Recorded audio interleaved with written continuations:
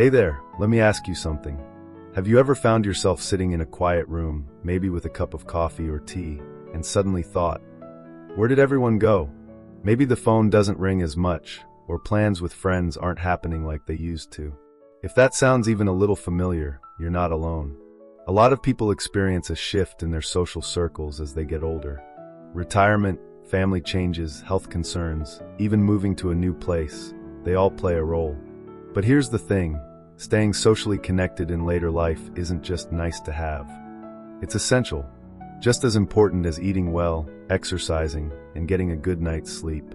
Today we're diving into something truly powerful: how to maintain strong friendships in later life, even when life gets in the way.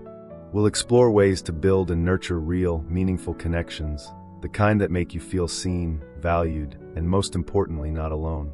We're talking science-backed strategies, inspiring stories, and easy-to-do actions you can take starting today. So whether you're looking to reconnect with old friends or form new ones, this journey is for you. Before we keep going, I'd love your help with something. If you're enjoying this video so far, comment Y below. If not, comment N. It helps me know what's working and what to improve. And don't forget to hit subscribe if you haven't yet. Now let's dive deeper. Here's something that might surprise you. According to a study published in PLOS Medicine, people with strong social relationships have a 50% increased likelihood of survival compared to those with weaker connections. That's as significant as quitting smoking. Yes, friendship is that powerful. So why is it that as we get older, we often see our social circles shrink? Well, it's partly a natural part of life. Children grow up and move away, careers wind down, and physical or emotional challenges make it harder to keep up with the fast-paced social world we once knew. But natural doesn't mean unchangeable. That's what makes this conversation so important. Let's start with the first insight: intentionality. In our younger years, friendships often form organically, at school, work, through kids' activities. But in later life, you have to be more intentional about staying connected. Friendships don't just happen anymore. We have to reach out, initiate, and sometimes even rekindle old bonds. I know someone, let's call her Linda, who found herself completely isolated after moving to a new city post-retirement. At first, she was hesitant to join any new groups. What if they already have their cliques? She told me. But she took one step. She signed up for a community garden project in her neighborhood. One afternoon a week turned into shared laughs, coffee dates, and a small group of close-knit friends who now check in on each other regularly. It all started because she chose to show up. So that's the first action step. Put yourself where connection can happen. It might be a book club, a local walking group, a volunteer project, or even a class at your local library or community center. These aren't just hobbies, they're gateways to new friendships. Now let's talk about reaching out, especially to people you haven't spoken to in a while. I get it. It can feel awkward. Maybe you're thinking, if they wanted to stay in touch, they would have called me. But let me flip that. Maybe they're thinking the same about you. In one study out of the University of Pittsburgh, researchers found that people greatly underestimate how much others appreciate a simple check-in. Just sending a "Hey, I was thinking about you" message can mean the world to someone. And more often than not, it opens a door. Think about it. Who's someone you haven't talked to in a while but still think about fondly? What if you reached out today with a short message, no pressure, just warmth? You might be surprised at how ready they are to reconnect. Here's another layer to this. Friendship looks different at every stage of life. It's not about how often you hang out or how many people are in your circle. It's about quality. A few deep, trusting relationships are more valuable than dozens of surface-level ones. A Harvard study, the longest-running study on happiness and health, has shown time and again that it's not wealth, fame, or even career success that makes people happiest in the long run. It's good relationships. The people who were most satisfied in their relationships at age 50 were the healthiest at age 80. Isn't that incredible? So let me ask you, are there friendships in your life that bring you joy, but maybe need a little nurturing? Maybe it's time to make that call, plan that lunch, or write that letter you've been meaning to send. And if you're worried about not having that kind of connection right now, hang in there, because we're just getting started. In the next section, we're going to look at how to create new connections, even if you feel like you're starting from scratch. We'll explore mindset shifts, ways to find your community, and how to make friendships that truly last. So stick around, because this journey into the power of friendship is just beginning. And trust me, you're going to want to hear what comes next. Before we begin, I want to make one thing clear. This video is for informational purposes only and is based on publicly available research. Everyone's health is different, so always consult your doctor or a qualified healthcare provider before making any changes to your lifestyle, diet, or exercise routine. Scientific knowledge is always evolving, and what works for one person may not work for another. Now, let's keep going. In the first part, we talked about being intentional, about reaching out and putting yourself in places where connection can actually happen. But what if you feel like you don't have anyone to reach out to? Or what if the friends you once had are no longer nearby or part of your life? That's a tough spot to be in, but here's the good news. It's never too late to build new connections. Let me tell you a story about Ron. After his wife passed away, he found himself completely alone. His kids were grown and lived in other states. The house was quiet, and he started feeling invisible. At 72, he believed making new friends was behind him. But one day, while walking in the park, he struck up a conversation with a man sitting on the bench feeding birds. One conversation led to another, and eventually, they started meeting for coffee once a week. That one simple act changed the entire course of Ron's days. And that brings us to a powerful shift, embracing small beginnings. So often, we think friendship needs to start with a deep connection right away. But science says otherwise. In fact, a study published in the journal Social and Personal Relationships found it takes about 50 hours of time together to move from acquaintance to casual friend, and over 200 hours to develop a close friendship. That means little conversations at the gym, during a class, at a coffee shop. They matter. They add up. They build something. It's okay if it feels awkward at first. That's normal. What matters is showing up consistently. Start with a smile. A "how's your day going?" A shared story, or even just a comment on the weather. These tiny gestures are the seeds of trust and connection. Now let's talk about something else that makes a big difference: shared purpose. Friendships are stronger when they're anchored in something meaningful. Volunteering, community activism, faith groups, creative workshops. These aren't just hobbies. They're environments where people are already open to bonding, already invested in something larger than themselves. One woman I met through a writing workshop told me she had no idea how much she needed connection until she sat in a circle and listened to other people's stories. That group became her chosen family. They laughed, cried, edited each other's work, and eventually started meeting outside of class. All because she said yes to one flyer she saw at the library. So here's an idea. What's something you care about or have always been curious to try? Let that guide you to people who care about it too. Now, I want to address something important: the fear of rejection. It's real. We've all felt it, and it can feel heavier as we age, especially if we've lost friends or experienced disappointment. But I'll tell you something powerful. Most people are also craving connection. A study published in the journal Science showed that people who struck up conversations with strangers, whether on trains, in waiting rooms, or cafes, consistently felt happier afterward than those who kept to themselves. And yet, most participants expected the opposite. We underestimate how much others appreciate being invited in. So don't let fear hold you back from a better, more connected life. Yes, not every attempt will blossom into deep friendship, and that's okay. The effort itself creates momentum. It keeps the heart open. And don't forget the importance of keeping old connections alive, even if distance or time has gotten in the way. One of the simplest, yet most powerful ways to reconnect is through nostalgia. A study from the Journal of Personality and Social Psychology found that reminiscing about positive past experiences, especially those involving others, makes people feel more socially connected and less lonely. So go ahead and dig out that old photo album or yearbook. Send someone a "remember when" message. Nostalgia can spark new chapters in old friendships. By the way, while we're on the topic of rekindling, here's something that works wonders: planned regularity. Life gets busy, and good intentions often get lost in the shuffle. So schedule it: a monthly breakfast club, a weekly call, a standing Sunday walk. When you have a regular rhythm, it takes the pressure off and keeps the bond alive. One group of friends I know, all in their 60s and 70s, have a monthly dinner where they take turns hosting. They've been doing it for over a decade. It's nothing fancy, just potluck, lots of laughter, and a chance to check in. That consistency has carried them through surgeries, losses, celebrations, and everything in between. So if you're looking to strengthen or even revive friendships, start with something small and regular. It doesn't have to be grand. It just needs to be real. And speaking of real, sometimes friendships fade. People grow in different directions, and that's part of life. But here's the shift. Instead of focusing on who's gone, focus on who's growing with you now. Stay open, stay curious, and be the kind of friend you'd like to have. So far, we've explored how intentionality, small consistent steps, shared purpose, and vulnerability can reignite your social life. But what about when life throws challenges your way?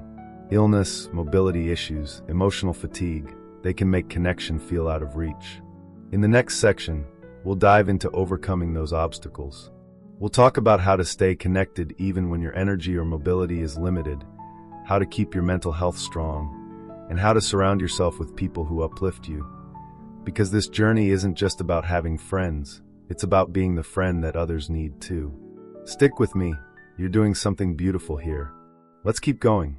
I'm so glad you're still with me, because we're about to dive into one of the most important parts of this conversation: how to overcome the challenges that come with maintaining friendships as we age. It's not always easy, especially when health issues, mobility problems, or emotional struggles get in the way. But here's the truth: you can still stay connected, and you can still thrive socially. It might take a little creativity or a shift in perspective, but trust me, the effort is worth it. You deserve the joy and companionship that comes with strong friendships, no matter your age or stage in life. Let's start by talking about something real: physical limitations. As we age, we might find it harder to get out of the house or travel long distances. Maybe you've had surgery, or maybe you just don't have the same energy you used to. This can feel isolating, especially if you've always been someone who loved going out and staying active. But I want you to know this: connection doesn't always require physical presence. Virtual connections have become an incredibly powerful tool, especially over the last few years. Whether it's through video calls, social media, or even simple text messages, technology has made it easier than ever to keep in touch with people. Now, I know that technology can sometimes feel intimidating, especially if it's not something you're used to. But it doesn't have to be overwhelming. There are so many simple tools out there that can help you stay connected. Zoom, FaceTime, Skype, they're all easy to set up, and there are tons of free tutorials available to help you get started. Don't let the fear of technology hold you back from staying in touch with your friends and family. I have a friend, Carol, who was hesitant about using Zoom, but once she got the hang of it, she started a weekly virtual coffee date with her childhood friend who lives across the country. It's a way for them to see each other's faces, laugh about old memories, and just check in like they used to when they were living in the same town. These small moments have meant the world to both of them, and it all started with a little bit of courage to embrace technology. Another thing to keep in mind is mental health. Sometimes the most significant barriers to connection aren't physical, they're emotional. Loneliness, depression, or even just feeling overwhelmed can make it hard to reach out to others, let alone nurture friendships. But here's the truth: it's okay to ask for help. In fact, reaching out to a friend or even a support group is one of the best things you can do when you're feeling low. If you're struggling with mental health, there's no shame in seeking therapy or counseling either. Studies show that people who have professional support along with a strong social network fare better emotionally and physically as they age. I once spoke with Bob, a man in his 80s, who told me about the depression he struggled with after his wife passed away. He felt disconnected from everything, including his friends. But when he finally opened up to a close friend about how he was feeling, that friend gently encouraged him to seek therapy. Bob didn't want it at first, but he finally gave it a shot. What followed was a steady, positive change. He started reconnecting with others, made more plans, and eventually started volunteering at his local senior center. Having someone to talk to, professionally and personally, made a world of difference. Now let's talk about something else that's crucial for friendship in later life: the importance of empathy and emotional support. Sometimes the people you're closest to might be going through their own struggles, whether it's health-related, family issues, or life changes. Being there for your friends, even in the small moments, builds a deep bond. Empathy can be as simple as listening. You don't always need to have all the answers or solve someone's problems. Just being there, offering a comforting word, or even just sitting in silence with someone who needs company can mean the world. And on the flip side, don't forget about asking for help when you need it. In many of my conversations with older adults, I've heard this: I don't want to burden anyone with my problems. But the truth is, good friends want to be there for each other, and asking for support is not a burden. It's part of the friendship. Here's another tip that has worked wonders for so many people. Plan spontaneous adventures, even small ones. Life can get monotonous, and after a while, it's easy to fall into the trap of doing the same thing every day. But even small moments of excitement can make a huge difference in how you feel. For example, one of my neighbors, Linda, organized a surprise afternoon for her friends. She didn't tell them where they were going, just to meet at her house at 2 p.m. When they arrived, she drove them all to a nearby park where they had a picnic, played some lawn games, and shared stories. It wasn't elaborate, just a little surprise, but it created an amazing memory that they still talk about months later. Small, spontaneous moments like this can break up the routine and add a sense of joy and unpredictability to your life. And it's not just about the activity itself, it's about making memories together. One last challenge we need to address: the fear of losing friends. As we age, some of us face the very real possibility of losing people we care about, whether due to health issues or simply the passage of time. This can create a sense of anxiety, especially if we feel like our circle is shrinking. But here's something powerful: the friendships you build, even later in life, are the ones that will sustain you. It's never too late to make new connections, and even though we can't control what the future holds, we can always choose to keep making the effort now. The friendships you nurture today will be the ones that carry you through the future. In the next section, we'll tie it all together, giving you actionable steps to start right now. We'll recap the main strategies and finish with some truly empowering words to help you move forward on this journey to stronger, more fulfilling friendships. Wow, we've covered a lot of ground, haven't we? If you've stuck with me this far, I want to say a huge thank you.